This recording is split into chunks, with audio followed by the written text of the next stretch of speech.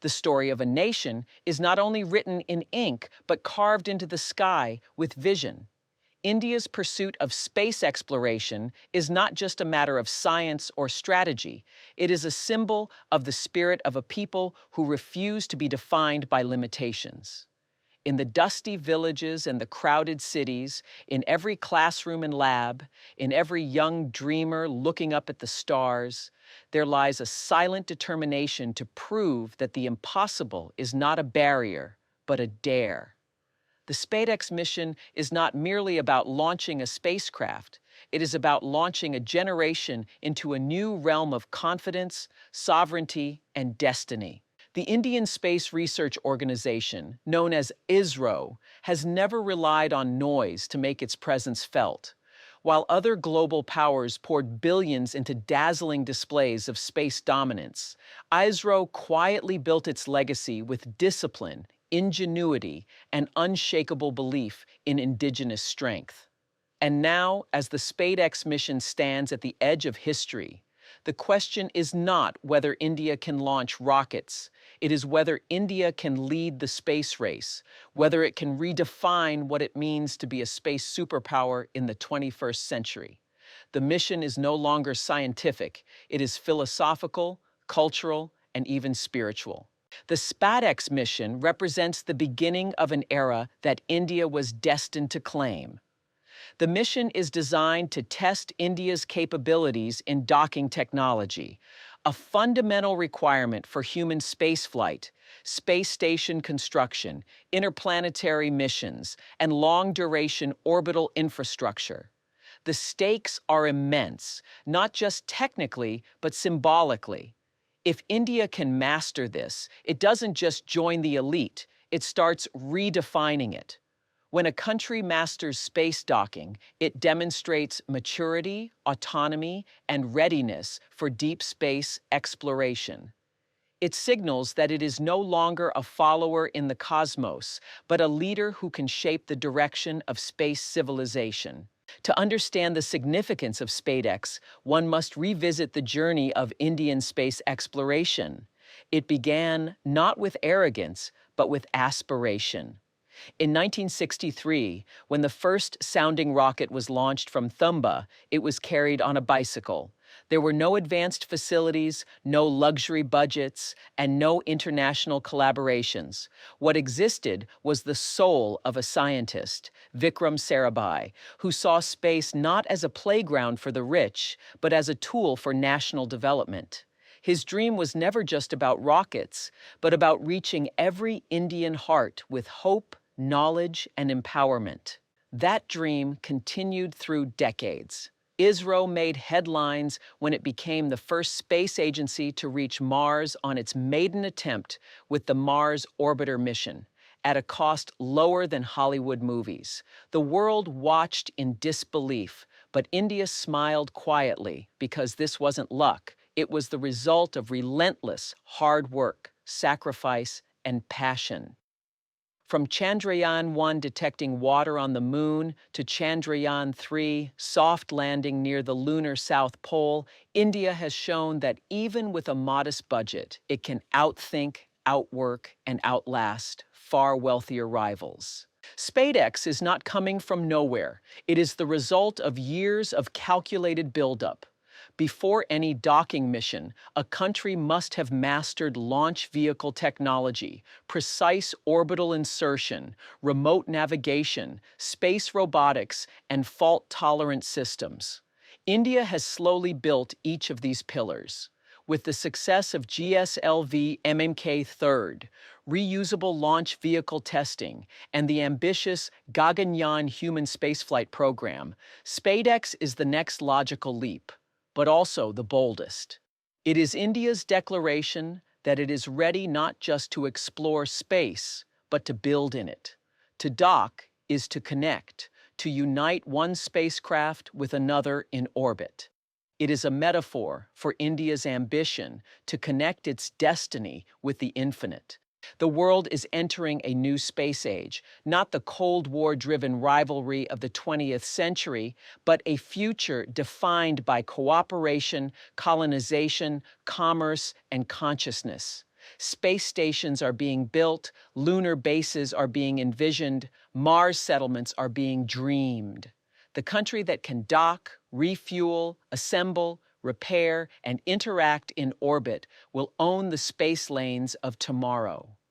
India's SPADEX mission is like the Wright brothers' first flight. It may seem small now, but it opens the runway to everything that follows. Human presence in space will eventually become permanent, and nations that prepare now will lead then. Can India become a space superpower? The question itself is misleading. India is already a space power. What the world needs to realize, and what India must internalize, is that the true definition of a superpower is not size of budget, but size of vision. A superpower is not a nation that builds the biggest rocket, but the one that inspires the most minds. By that measure, India has the potential to awaken more young scientists, dreamers, and doers than any nation on Earth. Its population is not a burden, it is its greatest advantage. Its constraints are not limitations, they are the roots of its creativity. Its delayed start in the space race is not a disadvantage, it is a chance to leapfrog the mistakes of others. The SPADEX mission is also important for geopolitical reasons. The global order is shifting.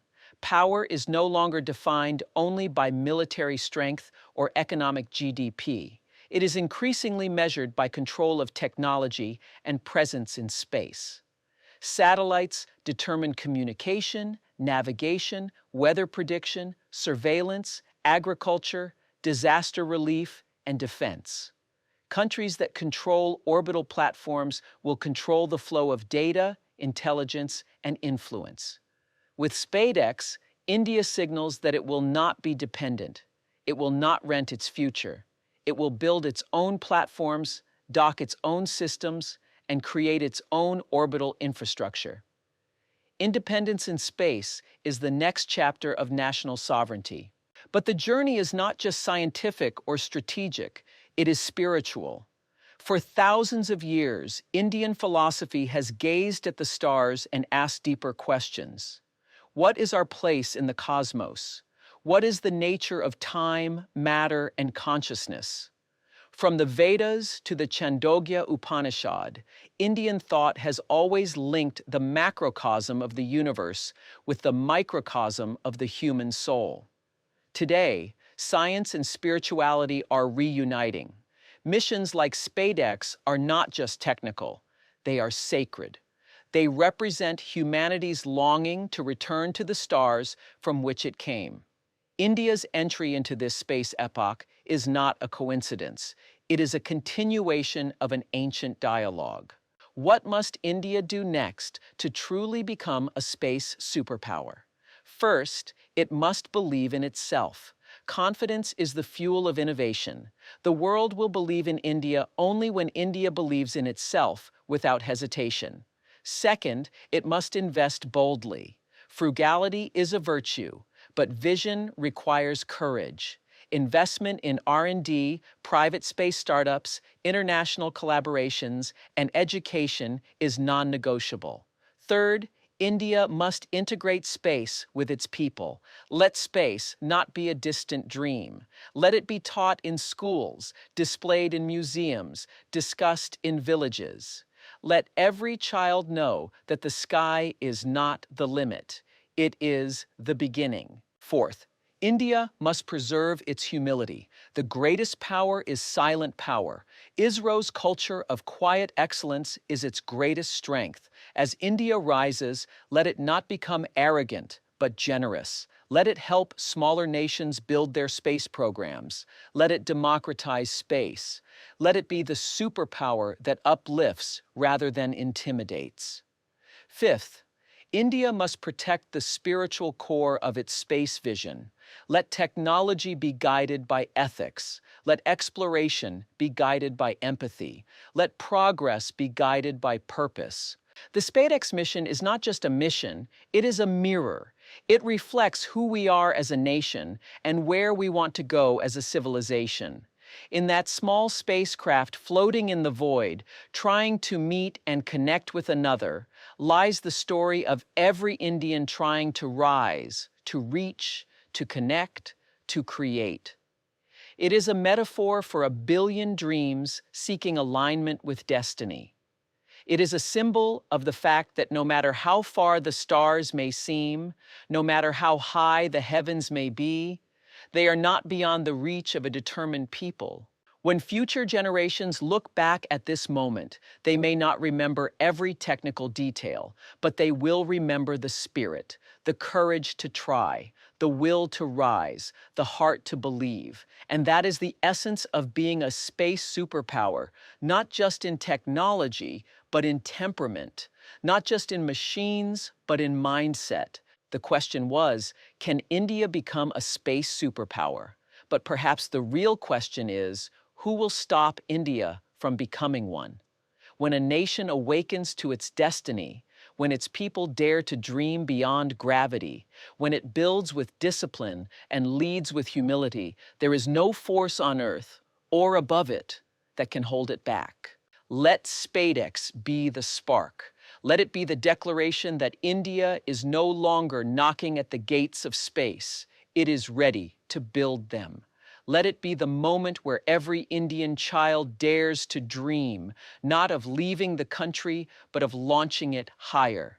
Let it be the story we tell the world, that from a bicycle in Thumba to docking in orbit, this nation has traveled not just miles, but millennia. From Earth to stars, from dust to divinity, from silence to superpower. And may the stars, which once only watched us from a distance, now become our companions, collaborators, and canvas. Because this is not the end of the Indian space story. This is only the launch.